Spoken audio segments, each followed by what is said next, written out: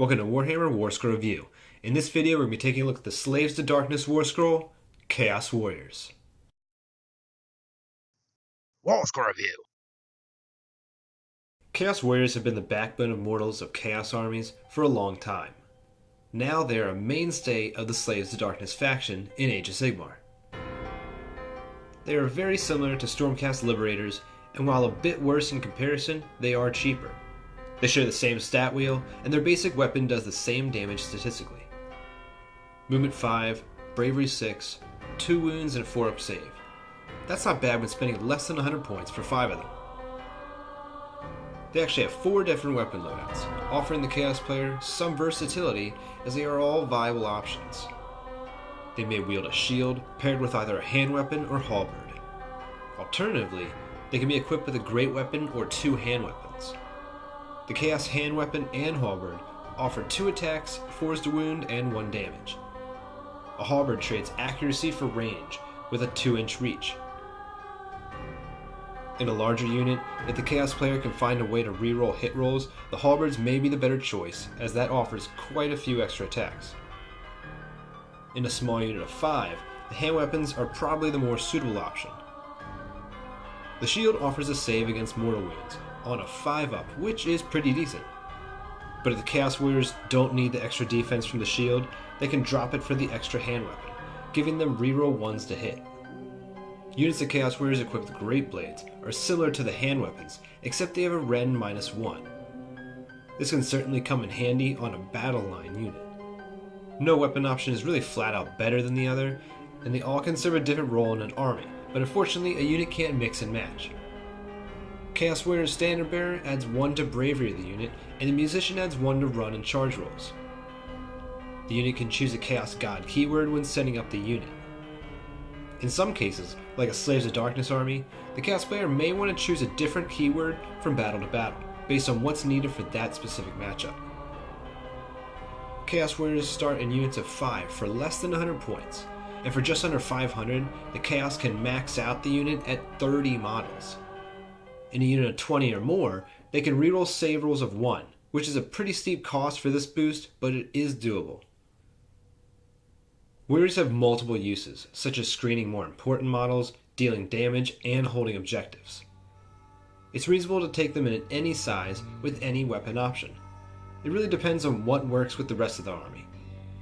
If the Chaos player has a lot of fast-moving objective grabbers, but not damage dealers, then a large unit of Chaos Warriors with Great Blades may be the way to go. While sometimes the player will just be trying to take the bare minimum unit and put them on objectives. In this case, a unit of 5 warriors with hand weapons and shields would be sufficient. Chaos Warriors obviously fit into a Chaos Grand Alliance and Slaves to Darkness faction, but they also have a lot of other options as allies. Since they don't choose their keyword until they set up, they aren't allowed into any army aligned to a specific god, like Disciples of Tzeentch or Slaanesh hosts.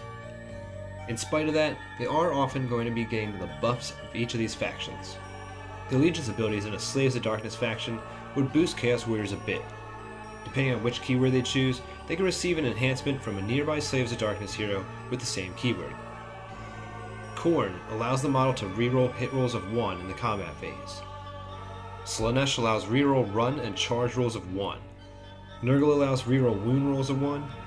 Tzeentch allows reroll save rolls of 1. And Nomarch adds 1 bravery. This rule is called Aura of Chaos Power. Now it doesn't say this ability only lasts until the next hero phase, so at the moment, heroes bestow this benefit on a unit for the rest of the game. I'm not really sure that was the intent, so don't be surprised if a future fact limits this ability. In any case, each of these offers a bit more to the Chaos Warriors. The only one that seems a bit underwhelming is the additional bravery from having no mark. But having no mark is boring anyway, so that's what you deserve for choosing it. Which mark is chosen is probably based on other units that may boost a unit devoted to a certain Chaos God, so Aura of Chaos Power is more than likely not the prime reason to choose a God keyword on the Warriors.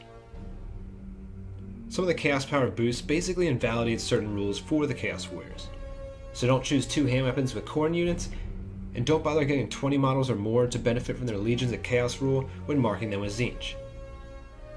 Speaking of Chaos God marks, the Chaos War Shrine offers a lot to Chaos Warriors. Not only does it give an additional save on a 6 to nearby units, it can choose one friendly unit and bestow an augment. There are a lot of options here. If you want to go defensive, a unit of Tzeentch Chaos Warriors with shields, with the boost from the War Shrine, is really durable. Alternatively, a unit of Nurgle Chaos Warriors with Great Blades, boosted by a War Shrine for a 2-up rerollable wounds at Ren 1 is pretty scary. The Lord of Chaos has an interesting command ability that has a very similar effect as the Slaves of Darkness battle trait. This effectively lets Lord of Chaos give out the Aura of Chaos power buff. The aura powers are all the same, except in Slaanesh's case, where this ability allows the Chaos Warriors to run and charge. Having both the aura and the Lord of Chaos' command ability on a Slaanesh unit would be surprisingly fast, with an average threat range of 17 inches. The Allegiance abilities in a Chaos Grand Alliance can help with the Chaos Warriors a bit. Unpredictable Destruction gives an unreliable +1 to hit. This only triggers on a 6 for Chaos units within 12 inches of the General, or 3 inches from any other hero. There's a command trait that adds 1 to this roll for the General, but unless the Chaos player is fielding a lot of units all surrounding the General, this is still too improbable to rely on. Dark Avenger and Lord of War are both command traits that are a bit better. They both add 1 to hit, but Dark Avenger, while a 10-inch aura, only works if fighting an Order army. Lord of War can be used on one unit within 3 inches of the General, and on a 3-up, they can add 1 to hit. Chaos Warriors can be chosen as allies with all the Chaos Gods' armies, such as Disciples of Tzeentch. The way Slaanesh Host and Blades of Khorne are worded, it seems like the Warriors would receive their Allegiance abilities as well if they choose the corresponding keyword. I know in the General's Handbook it says allies don't gain Allegiance abilities, but I would think specific army rules would supersede the main rulebook, just like battle tomes and codexes often supersede main rulebook rules. Let me know in the comments what you think about ruling it that way. Regardless, in the Slaanesh faction, a Chaos Lord of Slaanesh has a command ability that lets the Warriors roll another attack on 6s to hit, and the Lord on Demonic Mount would allow them to pile in and attack twice. A Khorne Force would obviously increase the Chaos Warriors' combat potential. Mazaral the Butcher offers reroll to wounds, and the Bloodstoker adds 3 to run and charge rolls in addition to reroll 1s to wound. Aspiring Deathbringer, Wrathmongers, and Bloodsecrators are some of the sources to gain +1 attack from Khorne. The Bloodsecrator also has the added bonus of ignoring nearby Khorne battle shock tests. The Lord of Khorne on a Juggernaut could add 1 to wound rolls for a unit of Chaos Warriors. Chaos Warriors marked by Nurgle can pull from both offensive and defensive bonuses. Harbinger of Decay adds an additional save to Chaos Warriors, while Urgot Demon Spew would allow them to reroll wound rolls. Alternatively, Glotkin can give them an additional attack. Epidemius is a well-known character for Nurgle armies, and in this case can boost the related Chaos Warriors. Epidemius' buff increases the Chaos player slays models, starting at reroll 1s to wound, then to hit, then also adding +1 to save. Though it's pretty hard and will often occur later in the game, if at all, the last augment would add substantial durability. With Mystic Shield, a unit of 20 or more could have a 2-up rerollable save, not to mention all the combat bonuses. There are so many options for Chaos Warriors. To make Chaos Warriors offensive, Khorne is often going to be the best choice. There are quite a few characters that add an additional attack to the Chaos Warriors' weapons.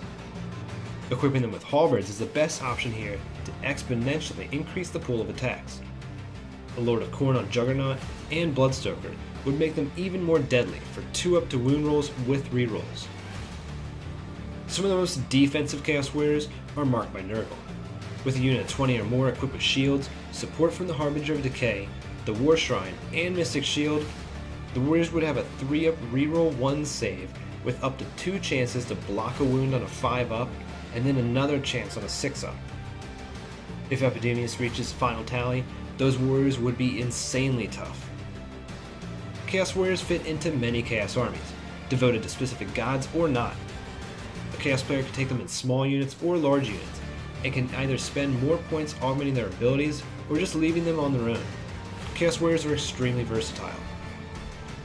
With all that said, Chaos Warriors receive a 4 out of 5. What do you think of Warriors? Do you think I missed anything? Leave your answers and suggestions for other Warscrolls you'd like to see covered in the comments below, and as always, thanks for watching.